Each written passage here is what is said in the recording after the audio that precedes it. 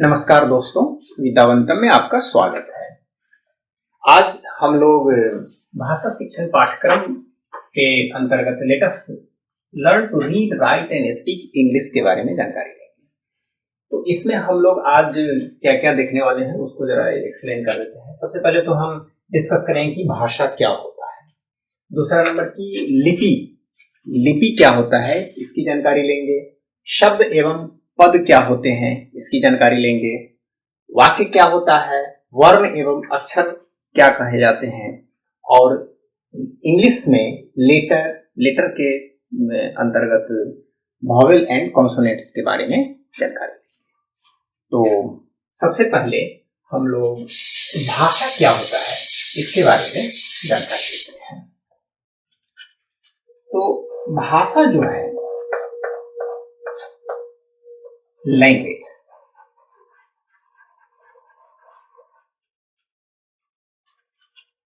कोई भी व्यक्ति या बच्चा जब किसी स्कूल में जाता है तो पहला दिन क्या होता है, उसका इंट्रोडक्शन होता है। टीचर और अपने साथियों के बीच में इंट्रोडक्शन चलता है। आपका क्या नाम है, अपना नाम जो लोग बताते हैं।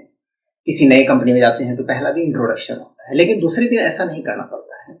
इसी तरह से समाज में जब किसी बच्चे का जन्म होता है तो सबसे पहले बच्चा का जब विकास होता है तो उस विकास में समाज से वो इंटरेक्शन करता है। तो उस इंटरेक्शन में सबसे पहले फैमिली से इंटरेक्शन होता है और वहां वह सबसे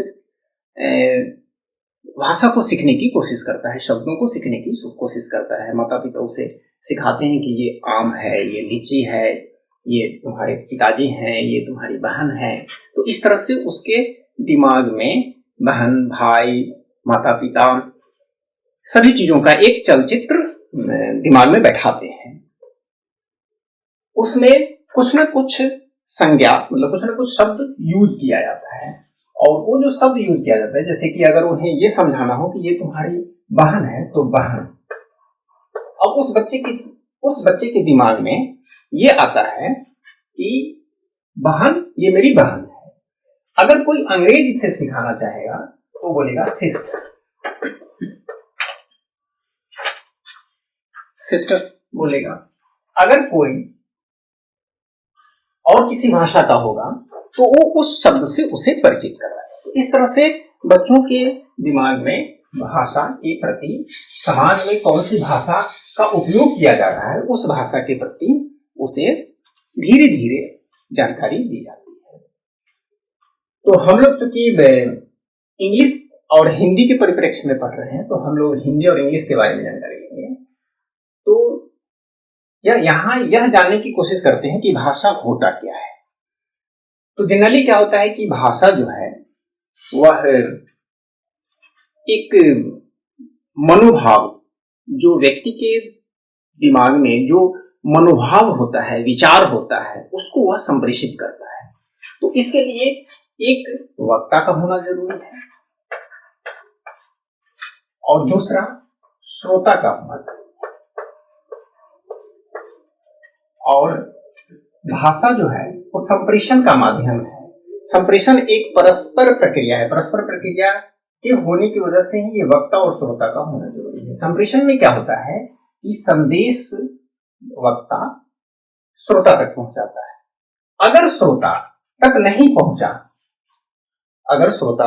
पहुंचा संप्रेषण, तो हम कहेंगे कि यहां संप्रेषण असफल हो गया। संप्रेषण का मतलब होता है, संप्रेषण एक परस्पर प्रक्रिया है जिसमें संदेश को वक्ता अपने श्रोता तक पहुंचाते हैं।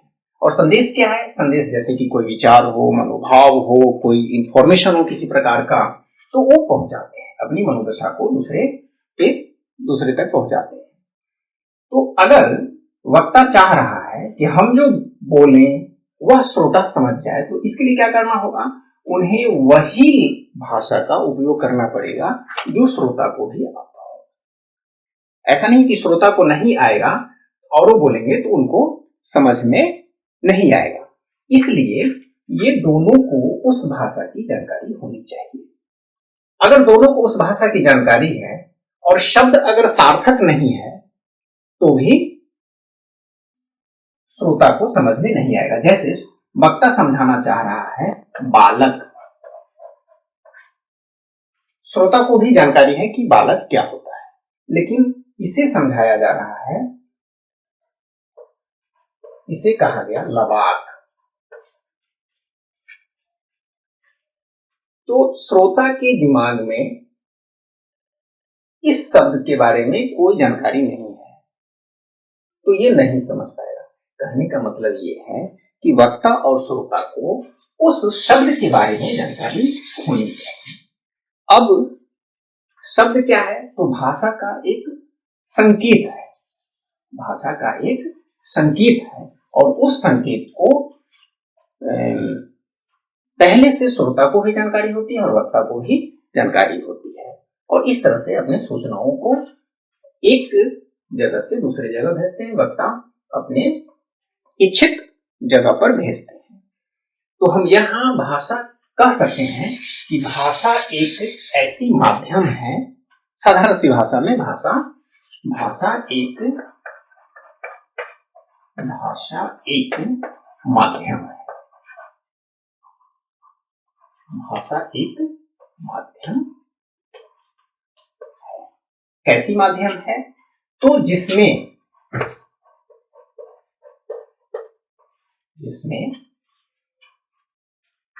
वक्ता अपने मनोभावों को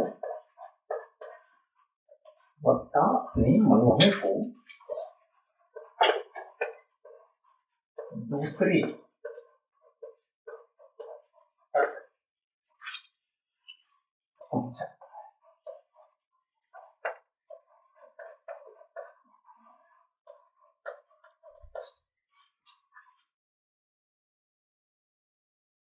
भावों को दूसरे तक पहुंचाता है। तो ये एक साधारण सा डिफिनेशन हुआ कि भाषा क्या होता है। हमने लगभग सभी अपने वीडियो लेक्चर में समझाने की कोशिश किया है कि भाषा क्या होता है, और यहाँ भी मैंने कोशिश किया है ये समझाने की कि अपने मनोभावों को दूसरे तक पहुंचाने के लिए वह एक माध्यम चुनता है, और वह माध्यम भाषा होता है, और वह भाषा की जानकारी जिसको वह भेज रहा है, जिसको वह समझाना चाह रहा है, उसे भी ये जानकारी होनी चाहिए।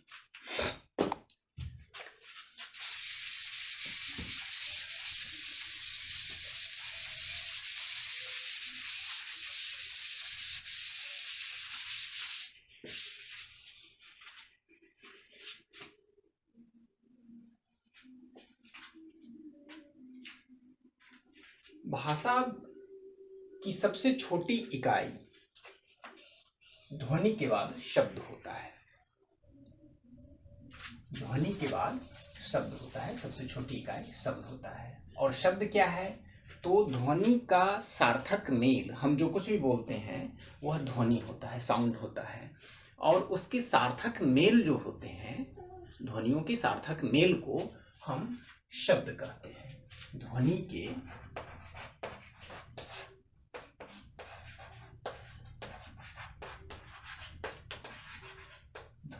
सार्थक मेल को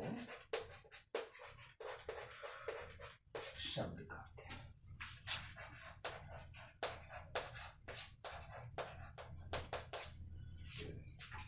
शब्द किसी वाक्य में शब्द का उपयोग किया जाता है, और वह भाषा की मूल इकाई है। तो जब वाक्य में किसी शब्द का प्रयोग किया जाता है तो वह वाक्य एक शब्द का भी हो सकता है, बहुत से शब्दों से मिलकर भी बना होता है, लेकिन वास्तव में मूल शब्द का उपयोग नहीं किया जाता है, उसका रूप चेंज हो जाता है। लिंग के अनुसार, वचन के अनुसार उसका कुछ न कुछ चेंजेस आते हैं। जैसे जाना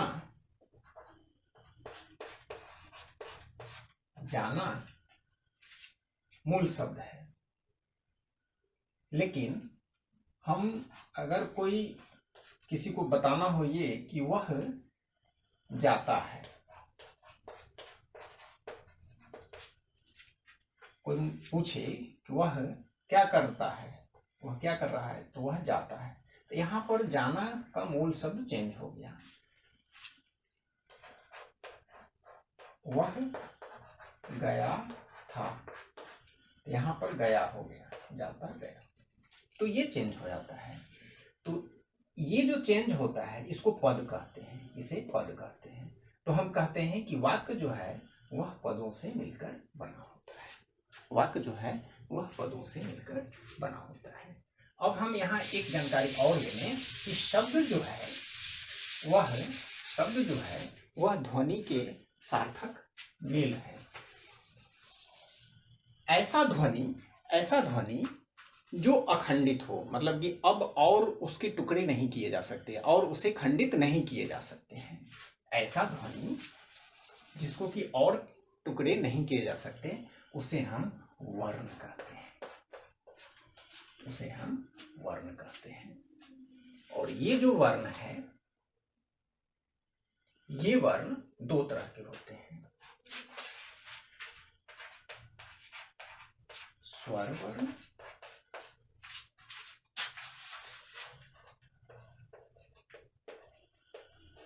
व्यंजन,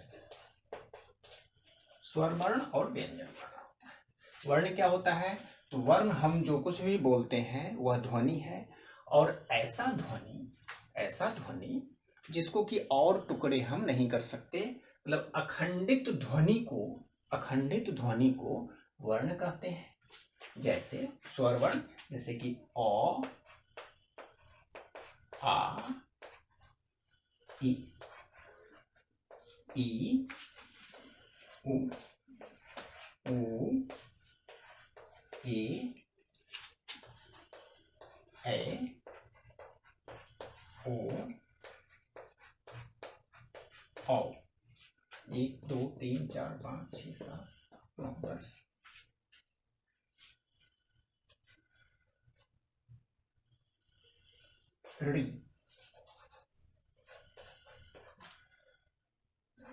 ऋ, तो ये क्या है? स्वर है। अब स्वर किसे बोलेंगे? तो स्वर को बोलने के लिए, स्वर कहते किसको है? तो स्वर को बोलने के लिए किसी दूसरे स्वर की सहायता ना पड़े, किसी दूसरे ध्वनि की सहायता ना पड़े, तो उसे हम स्वर वर्ण कहते हैं, स्वर वर्ण कहते हैं, उसे स्वर वर्ण कहते हैं। ये 11 होते हैं, ये हिंदी में टोटल 11 है। व्यंजन,